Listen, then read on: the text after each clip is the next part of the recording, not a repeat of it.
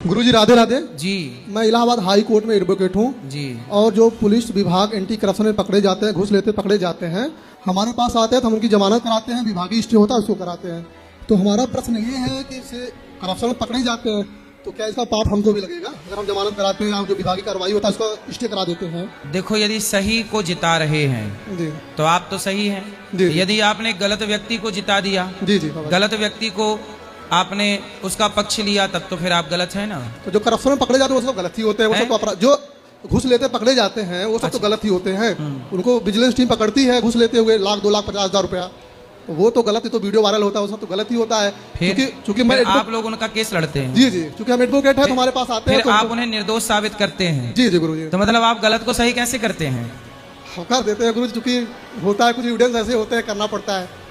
मतलब भारत ऐसे, मतलब एडवोकेट गलत को सही कर सकता है और सही को गलत?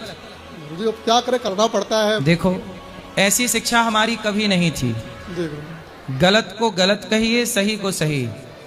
आप सही को गलत और गलत को सही, तो फिर ऐसे में सनातन की व्यवस्था खराब नहीं हो जाएगी? खराब। आप लोग देखो, एक कानून तो आप लोग जानते हो, जी, आप एडवोकेट हो। जी गुरुजी। लेकिन एक कानून भगवान का भी है। जी गुरुजी। इस कानून से तो आप चलो झूठ कपट से बच ही जाओगे, जी गुरुजी। पर ईश्वर की अदालत में फिर आपका केस कौन लड़ेगा, ये तो बताओ। कि वो लोग तो जेल चले जाते हैं, उनके घर की महिलाएं हैं या लड़के वो आके रोते हैं कि साहब पिताजी को हमारे बाहर कराइए, हम लोग भूखे मर जाए, क्योंकि उनका पेमेंट रुक जाता है। तो फिर उनको बोलो कि अपने बेटे को, अपने पति को, अपने बाप को समझाते कि बेईमानी ना करें। हम तो कहते हैं कि जितने लोग भ्रष्ट लोग हैं इनको जेल में डालने की जरूरत ही नहीं, सीधा फांसी पे लटकाओ, जनसंख्या कंट्रोल होती रहेगी और ये सब झूठ झपेट की जरूरत नहीं पड़ेगी, सीधा फांसी।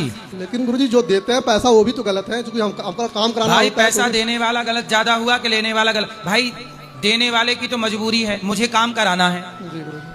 अब मुझे काम कराना है और मेरा काम नहीं हो रहा है। जी गुरुजी। इस अधिकारी के पास जाऊं, उसके पास जाऊं, समय खर्च हो रहा है, किराया भाड़ा खर्च हो रहा है, तो फिर वो कहता 50,000 दो, हम काम कर देंगे। भाई हमारी सरकार इस पे रोक लगाती है ना, क्यों नहीं लगाती सरकार रोक?